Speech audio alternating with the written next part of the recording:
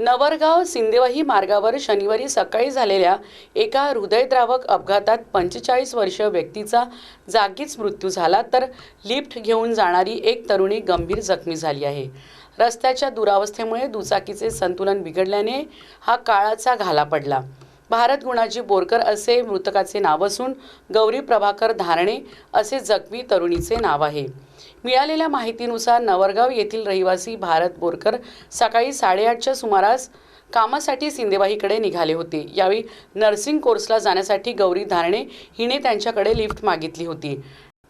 Double seat दुचाकीने जात असताना लाडबोरी गावाजवळ एका ट्रॅक्टरला ओव्हरटेक करताना रस्त्याच्या कडेला असलेल्या कचकीमुळे दुचाकीवरील नियंत्रण सुटले आणि दोघेही डांबरी रस्त्यावर जोरात आदळले। स्थानिकांनी तातडीने दोघांना रुग्णालयात हलवले, मात्र भारत बोरकर यांचा उपचारापूर्वीच मृत्यू झाला।